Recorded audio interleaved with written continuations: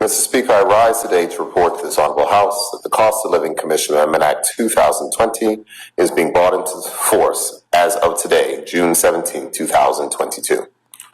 Mr. Speaker, this act passed the legislature in June of 2022, but when I resumed duties as Minister of Finance, it came to my attention that this bill was never brought into force.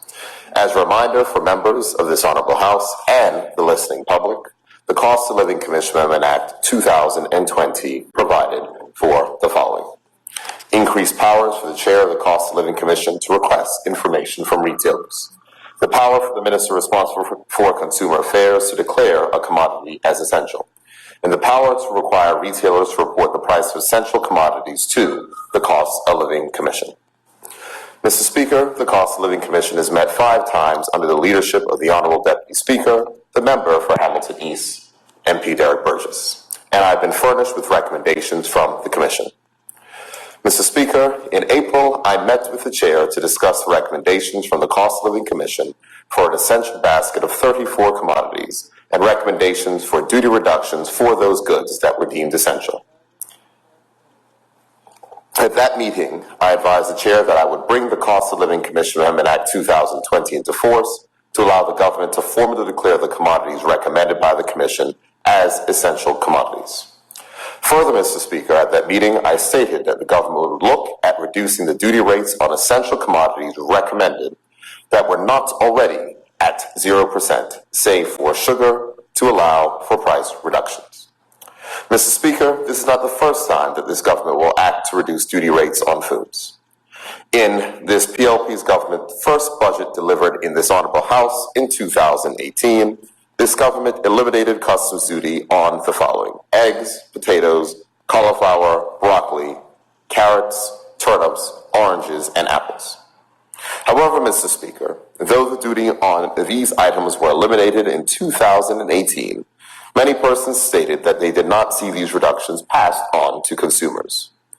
Mr. Speaker, the act that will be brought into force today contains a provision that retailers must report the price of essential goods to the Cost of Living Commission. This means that the public will be able to track the change in the price of the 34 essential goods following the government's move to reduce duty on those staple goods recommended by the Cost of Living Commission. Mr. Speaker, the cost of living has long been a challenge for us all in Bermuda. And though this government acted in March to freeze the price paid at the pump to February levels, and though, as the Minister of Economy and Labor just stated in his statement, we are seeing stability in rent prices due to the policies of this government, the price of food, which we cannot control, has escalated. The latest official figures show an increase of 5% year over year, but there are many items that have seen significant year-over-year increases. An example is in January, it was reported that frozen spare ribs increased by 28% in just 1 year. Mr. Speaker, sadly, the Bermuda government cannot control the cost of food. And these challenges are not unique to Bermuda, as food prices are increasing globally.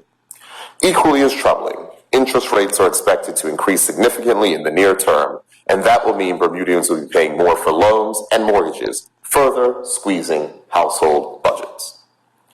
Mr. Speaker, the government is aware of the challenges being faced by residents, and though we have acted to provide support by freezing gasoline prices, reducing payroll taxes for those making less than $96,000 a year, reducing vehicle licensing fees, and extending concessions to employers, more must be done. In this year's budget statement, delivered in February on behalf of this government, I pledge that there will be relief now and more relief to come. And, Mr. Speaker, this government will deliver on that pledge. Mr. Speaker, before this House rises on July 15th, the government will bring to this Honorable House a comprehensive package to tackle challenges faced by the increasing cost of food that will provide additional support to the many Bermudians who require assistance to make ends meet. This package is currently being prepared by the Ministry of Finance and will be discussed at the next meeting of the Cabinet. However, Mr. Speaker, there are limits to the support that the government can provide, as it is vital for Bermuda's economic future that the government meets its budget targets. With global inflation set to continue for the foreseeable future, And with a growing number of economists predicting a recession in the world's largest economy and our largest trading partner, the United States, all residents must be wise with their spending choices. These are uncertain economic times, especially as we cope with rebuilding our economy following the coronavirus pandemic.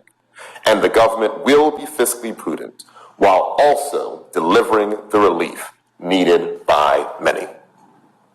Mr. Speaker, as I close, I'd like to thank the chairman and members of the Cost of Living Commission for their work to date. It has not been an easy task, but it will be made easier with the coming into force of the Cost of Living Commission Amendment Act 2020. Thank you, Mr. Speaker.